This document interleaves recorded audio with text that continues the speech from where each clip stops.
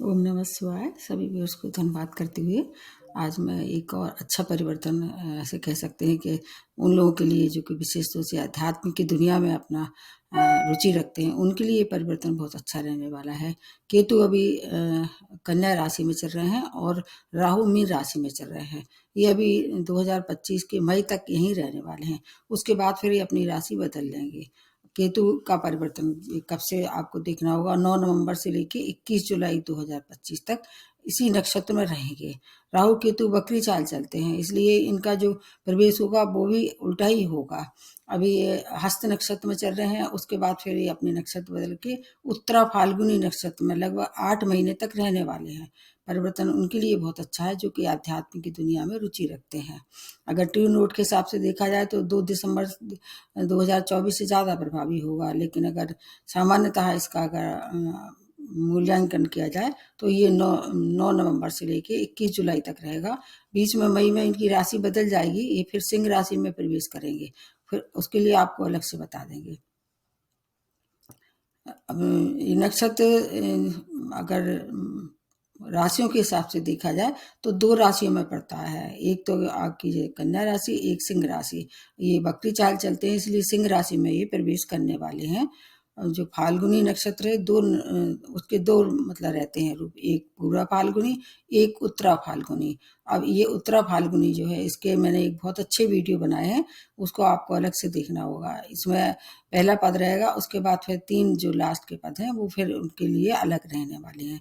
कन्या राशि में के चौथे चरण में रहेगा, यहीं तक इस लगभग मई के मध्य तक रहेंगे और उसके बाद आपको बहुत सी चीज़ों का अलग अनुमान लगाना होगा। ये सूर्य का नक्षत्र है और इसमें इस समय जब ये कन्या राशि में है तो इसका बुध का भी प्रभाव रहेगा। तो ये केतु के लिए ऐसा माना जाता है मंगल की तरह कार्य करते हैं। छाया ग्रह हैं, जिस नक्षत्र में बैठते हैं, जिस राशि में बैठते हैं, उस तरह के गुणधर्म अपनाने में बहुत माहिर होते हैं, क्योंकि इनके पास मस्तिष्क नहीं होता है, केवल धड़ होता है। एक्शन में विश्वास करते हैं ये। मस्तिष्क के अलावा एक और अच्छी बात इनमें है, आध्यात्मिक इनमें अगर कोई रुचि रखता है तो उसमें ये आपको अच्छी प्रमोट कर सकते हैं या आपकी उसमें ग्रोथ कर सकते हैं। लिबरेशन का ऐसे कह सकते हैं, रियलाइजेशन का एक ऐसा ग्रह है, रहस्यमयी ऊर्जा लेके आगे बढ़ते हैं हमेशा। देखा होगा आपने कि ये जो केतु प्रधान जिनके अंदर होती है ऊर्जा, वो अपनी बातों को बहुत कम शेयर करते हैं, ये अपने में ही ये मगन रहते हैं, एक आइसोलेशन में रहते हैं। अभिव्यक्ति जिसको कहते हैं, वो अपनी आसानी से किसी के साथ शेयर नहीं करते हैं। और अभी कुछ और परिवर्तन भी होंगे, उसको केतु से भी संबंध होगा, उसको आपको अलग से बताऊंगी। आपको जब केतु का जहाँ जिक्र हो तो ध्वज का मतलब ध्वज को छोड़ना नामुमकिन है। पताका है, ये ध्वज है, त्रिकोण का ये कह सकते हैं। तो ये और नंबर जो है इनका संबंध रहता है। ऑड का मतलब होता है जो कि 2 से ना कटे, जैसे 1, 3, 5, 7। ये 7 नंबर केतु का ऑलरेडी नंबर है। अगला वर्ष जो आने वाला है उसमें केतु का भी प्रभाव रहेगा, उसका वीडियो मैंने आपको अलग से बनाया है। आपको देखना चाहिए कि उससे कहाँ आपको मेल खाता है। ऐसे लोग जो कि हीलिंग पावर जिसके पास है, मतलब ऐसे ऐसे क्षेत्र जहाँ हीलिंग करने की आवश्यकता है, जैसे डॉक्टर हैं, मनोवैज्ञानिक हैं या सामाजिक सेवा में काम संलग्न है, ऐसी जगह जहाँ वॉलंटियर काम करते हैं, उनके लिए ये बहुत अच्छा समय रहने वाला है। आपकी आत्मा की शुद्धिकरण कर देते हैं ये। सांसारिक दुनिया के लिए तो अच्छा नहीं मानते हैं इनको, लेकिन आध्यात्मिक की दुनिया में अगर आप मुक्ति मोक्ष की कामना रखते हैं, ये समय उनके लिए द्वार खोलने वाले जैसी स्थिति है। इस दौरान जब ये इस नक्षत्र में प्रवेश करेंगे जो कि मैंने आपको बताया है, इसके स्वामी राशि होंगे सूर्य।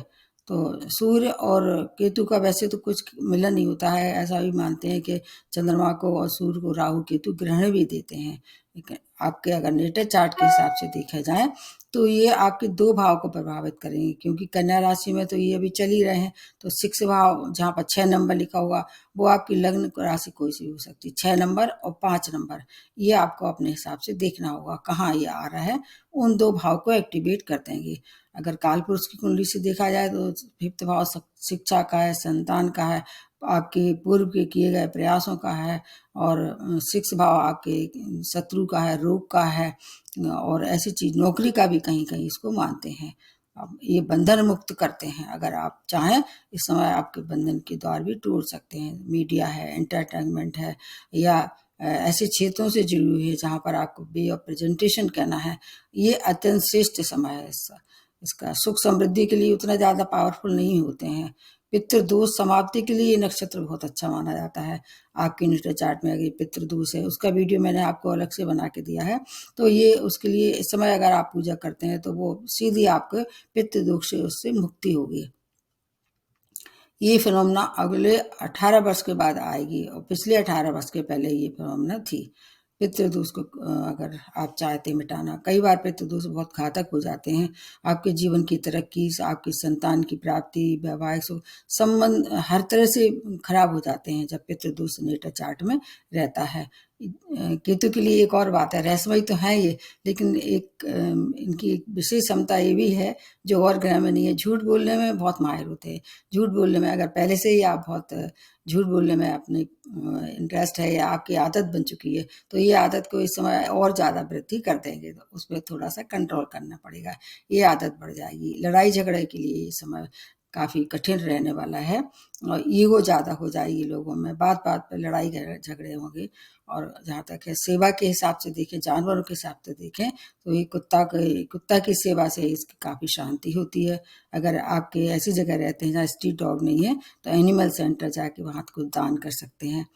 अच्छी बात यह है कि जब तक ये कन्या राशि में है तो ये गुरु की एक दृष्टि भी इन पर रहेगी, इसलिए इनके दुष्प्रभाव में कमी निश्चित रूप से होगी, क्योंकि गुरु की दृष्टि में अमृत होता है। लेकिन जैसे ही अपनी राशि बदल लेगी, सिंह मतलब केतु सिंह राशि में आ जाएंगे, तो उस दृष्टि का लाभ होना समाप्त हो जाएगा। अभी तो गुरु तो अभी वहीं रहने वाले हैं, फिर गुरु के लिए आपको अलग से बता दिया जाएगा। केतु के लिए मैंने बहुत अच्छे अच्छे वीडियो बनाए हैं, आपको देखना चाहिए। इसका सीधा संबंध राहु केतु का पास्ट लाइफ से होता है। अगर पूर्व में किए गए ऐसे काम जो रहस्यमय थे, गुप्त रूप से आपने अपने आप को छुपा के रखा था, वो सब इस समय बाहर आने वाले हैं। अगर नेटल चार्ट में अच्छी स्थिति में है, ये क्रूर ग्रह हैं, इसलिए ऐसा भी माना जाता है कि क्रूर ग्रह 3, 6, 11, 10वें भाव में अच्छे प्रभाव देते हैं। और सेकंड भाव का केतु ये धन के लिए तो अच्छा होता है, लेकिन ये झूठ बोलने में और परिवार के रिश्ते में खराब होने के लिए माना जाता है। देखना होगा कि आपके नेटल चार्ट में ये कहाँ गोचर में आएंगे। ये लंबा समय है और बीच बीच में जो और परिवर्तन होंगे उनके बारे में दोबारा बताऊंगी। प्रारंभ का सबसे पहले किया जाता है जैसे कि मेष राशि से। मेष राशि के 6 भाव में एक केतु का अभी चल ही रहा है और 5th भाव के सूर्य हैं, तो सूर्य के नक्षत्र में आ रहा है, इसलिए 5th भाव को भी एक्टिवेट करेंगे। सभी राशि वालों को ये देखना होगा 2 भाव को, तो आपके 2 भाव को एक्टिवेट कर देंगे। ये भाव किस किस के हैं? 6 भाव से आपको रोग शत्रु का देखते हैं, उसमें परेशानी हो सकती है, लेकिन आपको प्रेम प्रसंग में क्रोध की मात्रा आपको कंट्रोल करना पड़ेगा। 14 मई के बाद जो है वो आपके लिए ज़्यादा समस्याएं खड़ी हो जाएंगी, क्योंकि जैसे ही बृहस्पति अपनी राशि भी बदल लेंगे, इस समय बृहस्पति तो अभी बहुत अच्छे हैं, आपके सपोर्टिव हैं, लेकिन जैसे ही वो तीसरे भाव में आपके नेटल चार्ट में आ जाएंगे, फिर आपको ज़्यादा परेशानी हो सकती है। किसी और शत्रु परेशान कर सकते हैं, आपके मस्कुलर पेन आपको परेशान कर सकता है। बृहस्पति की दृष्टि से आपका इस समय बहुत बचाव रहने वाला है, हर तरह से, रोग से, ऋण से, शत्रु से, अभी संतान की संबंधी कोई चिंता है उसमें की समाप्ति की ओर है। और इसके अलावा शेयर मार्केट से शौक रखते थे, उससे भी बहुत धन कमा सकते हैं, क्योंकि अभी शनि भी आपके काफ़ी फेवर में है। और मेष राशि पे जैसे ही 7.5 ही लगेगा, इन सब चीज़ों से आपको थोड़ा ज़्यादा सावधानी रखनी पड़ेगी। आप ये इसका वीडियो मैंने अलग से बना के दिया है, ये शायद आपको 29 मार्च से शुरू हो जाएगी आपके ऊपर। उस समय आपको सावधानी, लड़ाई झगड़ा ना करें, किसी से मारपीट ना करें। वैसे भी मेष राशि वाले थोड़े उग्र स्वभाव के होते हैं, अपने आप पे कंट्रोल करें, किसी से भी बात विवाद ना करें। विशेष तौर से कार्य क्षेत्र में आपको काफ़ी परेशानी का सामना करना पड़ सकता है अगर नियंत्रण नहीं करते हैं। लेकिन धन प्राप्ति के लिए बहुत अच्छा है, धन के लिए बहुत उपयुक्त समय है।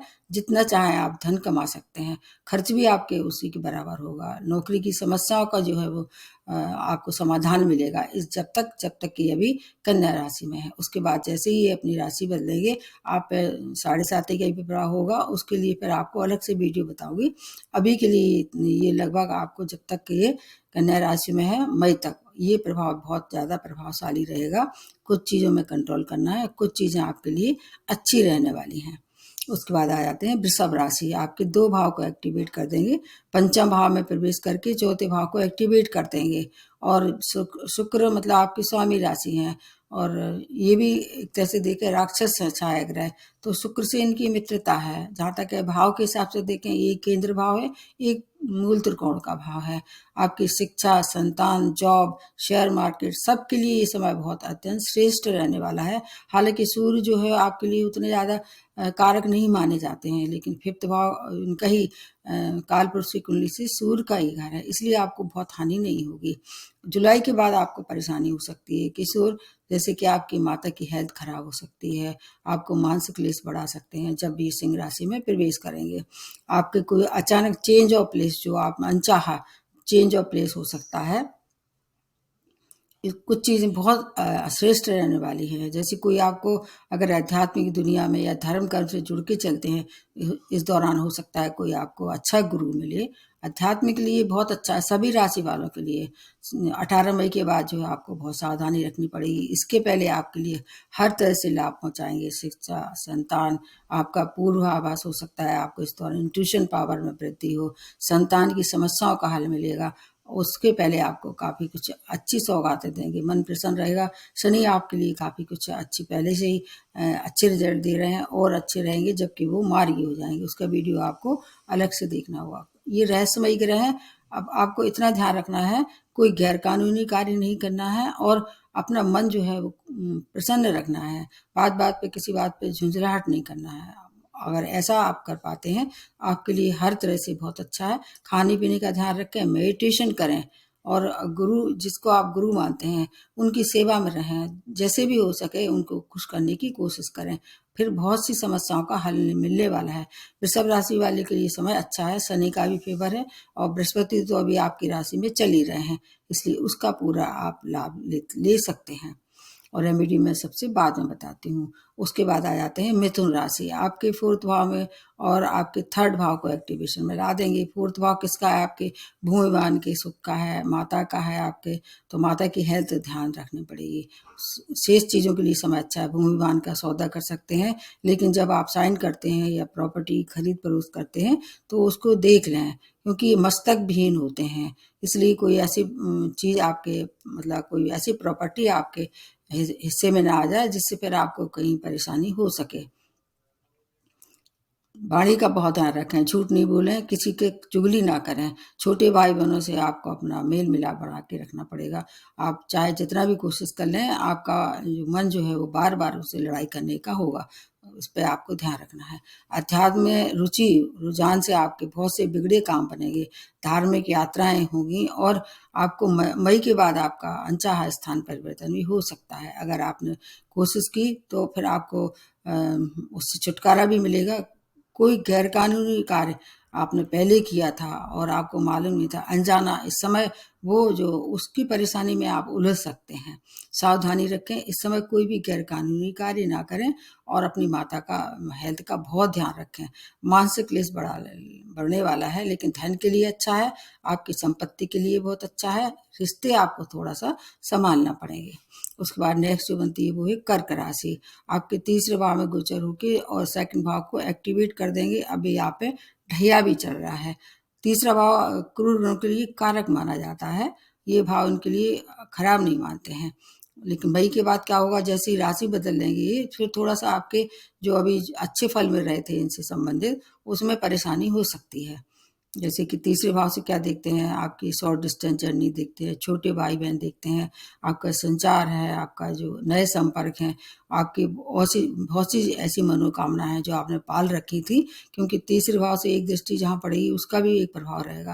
तो आपके लिए ये सब चीज़ें आपके लिए मई तक के लिए बहुत अच्छी हैं। संपत्ति का लाभ होगा, आपकी कम्युनिकेशन स्किल बढ़ा देंगे। इसके अलावा फाइनेंस में काम करने वाले लोग हैं, जैसे कि एनजीओ चलाते हैं या बैंकिंग क्षेत्र से काम करते हैं, उसके लिए समय अत्यंत श्रेष्ठ रहने वाला है। अच्छी सूचनाएं मिलेंगी, उससे आपका मान सम्मान में भी वृद्धि होगी। आपकी वाणी जो है वो थोड़ी सी वाणी दोष हो जाएगा इस समय। 2nd भाव को एक्टिवेट कर देंगे तो वाणी की वजह से आपको थोड़ी परेशानी हो सकती है, फिर भी आपके लिए उतना खराब समय नहीं है। मेडिकल एक्सपेंस भी इस समय बढ़ा सकते हैं। कोर्ट केस पे थोड़ा सा व्यय हो सकता है। मूड आपका जो है स्विंग होगा, उतार चढ़ाव की स्थिति हो रहेगी मूड में। किसी से भी मैंने कहा कि अपनी वाणी पे कंट्रोल रखें, अच्छा बोलें हमेशा, तो आपको अच्छा ही मिलेगा। जो जैसी आप करते हैं बात, उसका रिफ्लेक्शन आपके ऊपर आएगा ही आएगा, इस पे ध्यान रखना है। अपनी तरफ से कोशिश ये करें किसी से भी बात विवाद ना करें। और ऐसे लोग जो नए लोग हैं और मतलब आप जानते हैं उनसे कि वो आपके अच्छा नहीं सोचते हैं, आपके शुभ चिंतक नहीं है, वेल विशर नहीं है, उनको अवॉइड करें। अन्यथा क्या होगा, आपकी वाणी फिर उनके प्रति कठोर हो जाएगी, उसका पाप आपको लग सकता है। उनको अवॉइड करना आपके हाथ में है। बस हाय हेलो करके दूर हो जाएं, फिर आपके लिए समय काफी अच्छा रहेगा। ढैया का प्रभाव थोड़ा सा कम होता नजर आ रहा है। उसके बाद आ जाते हैं, नेक्स्ट जो बनती है वो सिंह राशि। आपके तो स्वामी राशि ही सूर्य हैं और आपके नक्षत्र में ही आपके सेकंड भाव को, आपके लग्न को, दो भाव को प्रभावित करने वाले हैं। ये आपके लिए काफी अच्छा समय रहने वाला है। हालांकि केतु जो है सूर्य को ग्रहण लगाते हैं, लेकिन चूंकि ये इनका ही नक्षत्र है इसलिए पावरफुल इस समय सूर्य ज्यादा पावरफुल रहेंगे। आपके आत्मबल में वृद्धि होगी और ईगो इसमें ज्यादा आपके हावी हो जाएगी। क्रोध की मात्रा भी ये बढ़ा देंगे, उस पर नियंत्रण रखना पड़ेगा। शेष चीजों के लिए बहुत अच्छा है। केंद्र में कोई भी ग्रह होता है तो मुक्ति मोक्ष के लिए ये समय अच्छा है, अध्यात्म के लिए अच्छा है। विदेशी यात्राएं कर सकते हैं। अगर आप स्टूडेंट हैं, हायर एजुकेशन के लिए कोशिश कर रहे थे, निश्चित रूप से आपको उससे अच्छी सूचना मिलने वाली है। अच्छे कार्यों पर व्यय कराने वाले हैं। आप स्थायी संपत्ति का लाभ इस समय ले सकते हैं। घर में कोई नया बड़ा वाहन भी आ सकता है। इसमें आपकी इष्ट और सिद्धि, इष्ट की किसी इष्ट की अगर आप सिद्धि करना चाह रहे थे तो उसके लिए समय बहुत अच्छा है। मई के बाद आपको जो निर्णय लेना है उसमें बहुत सावधानी रखनी है। मई तक का है ये, आपको युग ना आने दें, खाने पीने का ध्यान रखें।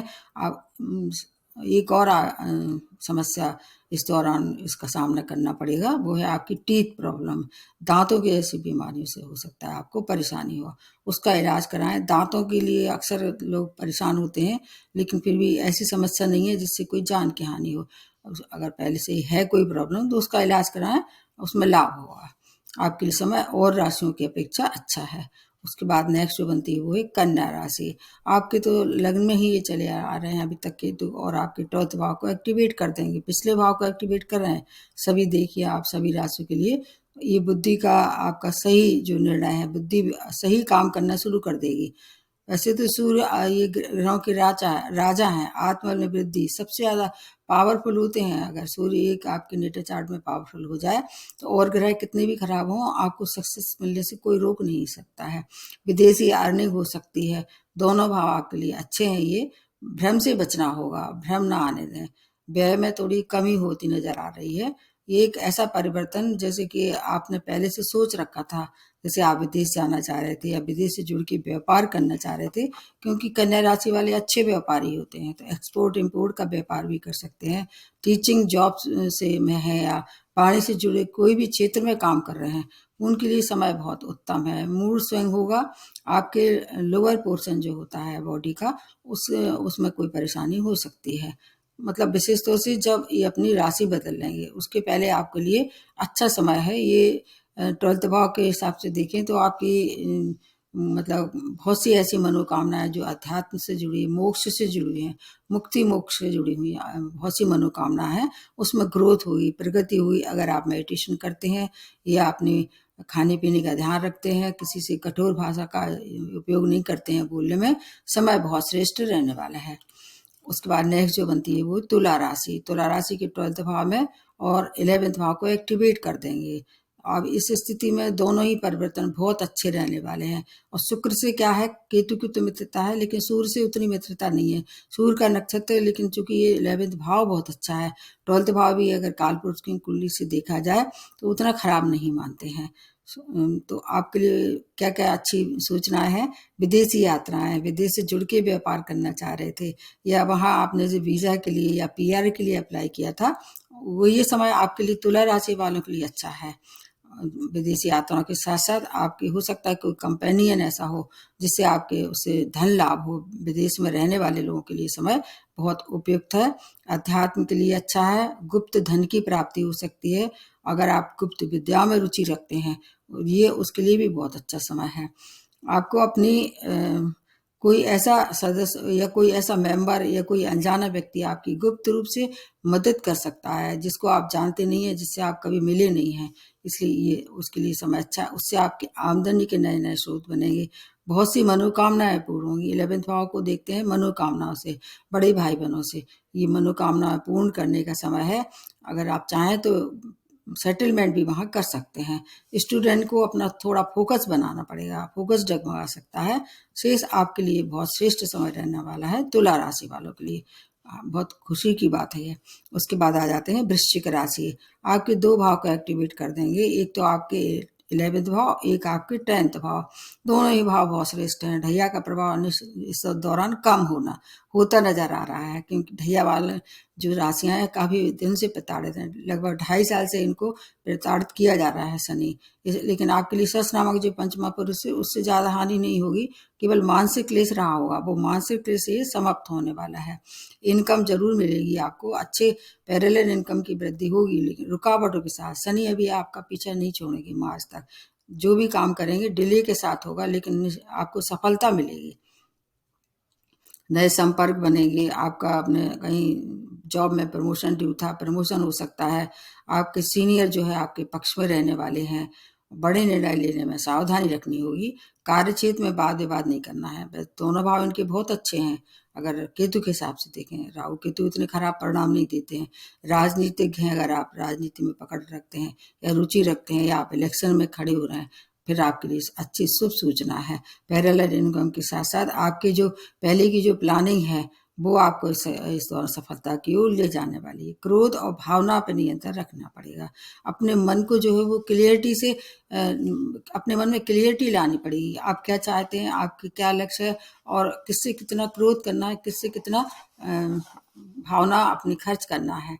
अन्यथा भावना से अगर कोई संबंध है, आपका संबंध किसी से भी, वहाँ हर्ट हो सकते हैं। फिर भी आपके लिए समय बहुत श्रेष्ठ रहने वाला है। मतलब विशेष तौर से जो ढैया और साढ़े साथी वाले हैं, अगर थोड़ी सी भी राहत उन्हें मिल जाए तो बहुत अच्छी बात है। उसके बाद नेक्स्ट जो बनती है वो है धनु राशि। आपकी क्या है, 10th और आपके 9th भाव, दोनों भाव को एक्टिवेट कर देंगे। इस समय बहुत अच्छी स्थिति है धनु राशि की, बहुत श्रेष्ठतम है। एक तो दोनों भाव बहुत अच्छे हैं, ऊपर से क्या है, धनु राशि किसकी राशि है, गुरु की राशि है। गुरु इस समय प्रबल अवस्था में है, हालांकि वक्री हो चुके हैं वो, लेकिन शुभता के साथ, थोड़ी सी परेशानियों के साथ हर चीज आपके साथ रहेगी, क्योंकि भाग्य को ये एक्टिवेट कर देंगे। भाग्य साथ रहने वाला है। पिता के सहयोग प्राप्त होगा। पिता की अगर हेल्थ खराब हो रही थी, उसमें हेल्थ में सुधार होगा। उनसे मिलके कोई नया कार्य शुरू करना चाह रहे थे, ये काम आपके लिए अच्छा रहने वाला है। भविष्य के लिए व्यापारी हैं, व्यापार में वृद्धि हो सकती है। और इसके साथ साथ आपकी अध्यात्म में अगर पहले से ही रुचि थी, कोशिश करिए इस समय, उसमें आपको कुछ ग्रोथ होगी। आपके कुछ चीजें आपके लिए थोड़ी सी हानिकारक होती हैं। जैसे अगर आप जो बृहस्पति प्रधान राशियां होती हैं, उन्हें खाने पीने का बहुत शौक होता है। खाने पीने पर नियंत्रण रखें, नहीं तो आपका वेट जो है पुट ऑन कर सकते हैं, और उससे फिर कुछ हेल्थ खराब हो सकती है। उसका ध्यान रखना है, वाद विवाद नहीं करना है, और एक्सपेरिमेंटल नहीं होना है। जो है प्रैक्टिकल होकर काम करना है। 10वें भाव से क्या देखते हैं, कैरियर। कैरियर के लिए बहुत उत्तम समय है। 10वां भाव इनका कारक भाव भी है, और बृहस्पति से इनकी शत्रुता नहीं है। कम से कम कुछ लोगों का, ज्योतिषियों का ऐसा मानना है कि इनकी नीच राशि होती है, लेकिन मैं ये समझती हूँ कि गुरु को कोई भी हानि नहीं पहुंचा सकता है। गुरु की जो राशियां होती हैं प्रबल होती हैं। थोड़ा सा खाने पीने का सात्विक रहना होगा, अपनी बोली से, अपने खाने पीने से, अपने विचारों से। अब बहुत अच्छा समय है धनु राशि के लिए। उसके बाद नेक्स्ट जो बनती है वो है मकर राशि। आपके 9th और 8th भाव को एक्टिवेट करने में, 9th भाव में प्रवेश है, अष्टम के ये सूर्य मालिक हैं, इसलिए 2 भाव बहुत अच्छे हैं। एक तो क्या है, भाग्य स्थान है। एक आपका मोक्ष का या अध्यात्म का है, जिसको मोक्ष त्रिकोण भी कहा जा सकता है। धर्म कर्म में रुचि होगी, आपके अध्यात्म में रुचि। मैंने प्रारंभ में ही कहा था, ऐसे लोग जो है वो अध्यात्म में रुचि रखने वाले हैं, उनके लिए ये समय बहुत गोल्डन पीरियड है। जितना भी हो सके इसका लाभ उठाइए, मेडिटेशन कीजिए, वॉलंटियर काम कीजिए, जितना हो सके अपनी तरफ से लोगों की हेल्प कीजिए। इससे क्या है कि आपकी जो अभी साढ़े साथी का लास्ट चल रहा है, वैसे तो काफ़ी कुछ मुक्त हो चुके हैं आप, लेकिन फिर भी शनि है, थोड़ा बहुत आसानी से पीछा नहीं छोड़ सकते हैं। स्वामी राशि है, इसलिए अगर इस तरह से आप काम करते हैं, नियंत्रण में रख के, अनुशासन में रख के और सात्विक होके, बहुत अच्छी स्थिति का निर्माण होने वाला है। विदेशी यात्राएं होंगी, क्योंकि बृहस्पति अभी काफ़ी अच्छी शुभता में है आपके नेटल चार्ट में। एक ऐसा परिवर्तन जो कि आपको हो सकता है कि जीवन भर आपके स्मरणीय रहे वो, ये समय उसके लिए श्रेष्ठ है। अष्टम भाव से थोड़ी सी परेशानी चोट चपेट दुर्घटना से हो सकती है। ड्राइविंग करते समय बहुत सावधानी रखें और इसके साथ साथ कोई भी रिस्की कार्य ना करें। बड़े इन्वेस्टमेंट भी अभी कम से कम 15 नवंबर तक तो बिल्कुल मत करें, उसके बाद कर सकते हैं। अगर गुरु का आशीर्वाद आप लेते रहें, एक्सपोर्ट इम्पोर्ट का व्यापार है, उसमें निश्चित रूप से उन्नति होगी और धन आगमन होगा। जाता हुआ शनि आपको बहुत सारा धन देगा। टीचिंग या वाणी से जुड़े क्षेत्रों के लोगों के लिए, फील्ड के लोगों के लिए बहुत अच्छा समय है। व्यय पे भी थोड़ी सी कमी होगी इस दौरान। कोई गैर कानूनी कार्य ना करें और क्वालिटी मेंटेन करें। जो भी काम करते हैं मतलब ईमानदारी से करें, क्वालिटी मेंटेन करना है। क्वांटिटी की अपेक्षा क्वांटिटी पे ध्यान दें, फिर आपके लिए समय बहुत श्रेष्ठ रहने वाला है। मकर राशि वालों के लिए रिलीफिंग पीरियड आ चुका है, उसका वीडियो मैंने आपको अलग से बताया है, क्या क्या और फायदे होंगे उसको देख लीजिए प्लीज़। उसके बाद नेक्स्ट जो बनती है वो कुंभ राशि। आपके अष्टम में गोचर होकर सप्तम भाव के लिए ये मतलब एक्टिवेशन में ला देंगे। दोनों ही भाव जो है वो किसी मायने में अच्छे हैं। अचानक आपके जो भी समस्याएं पिछली थी वो उसमें अब अचानक दौर हो जाएगा, समस्याओं का दौर आ जाएगा। एक तो क्या है, 7.5 भी चल रही है आप पे भी, और आपके लिए जो भाव भी अष्टम भाव तो वैसे मोक्ष भाव है, लेकिन अचानक चीज़ों को फल देने वाला भी भाव मानता है। ससुराल पक्ष के भी मान के चलते हैं इसको। ससुराल वालों से मेल जोल बना के रखना है। किसी भी तरह की कोई भी लापरवाही, जैसे आपके सप्तम भाव जीवन साथी का है, व्यापार का है, तो वहाँ आपके संबंध खराब कर सकते हैं। क्योंकि क्या है, ये केतु डिटैचमेंट देते हैं। आप कुछ ऐसी बात कर देंगे कि आपके रिश्ते बिगड़ सकते हैं। मैंने देखा है केतु की महादशा अंतर्दशा में कई बार डिवोर्स तक हो जाते हैं। उस पर आपको काम करना चाहिए। एकदम तैश में आके कोई भी निर्णय नहीं लेना है इस समय। अगर टैक्स वगैरह आपने कहीं से आपके पे ड्यू था, टैक्स आप समय से जल्दी हो सके उसको चुकता कीजिए, अन्यथा उसकी लपेट में आप आ सकते हैं। अगर आप साझेदारी में व्यापार करते हैं तो उसमें भी तू तड़ाक नहीं करना है। जीवन साथी की हेल्थ खराब हो सकती है, उनका बहुत ध्यान रखना है। लेकिन अगर विवाह योग थे तो विवाह के लिए समय बहुत अच्छा है, इसलिए इसमें उसका थोड़ा ध्यान रखना है। बाकी बातचीतों के लिए कंट्रोल करना। कुंभ राशि वाले वैसे भी बहुत कटु नहीं बोलते हैं। कोई भी नया कोर्ट केस अपनी तरफ से शुरू ना करें। संतान की ओर से भी समस्या हो सकती है। आपको कोई चीट कर सकता है, प्रेम में विशेष तौर से कोई चीट कर सकता है, उसकी बातों में ना आए।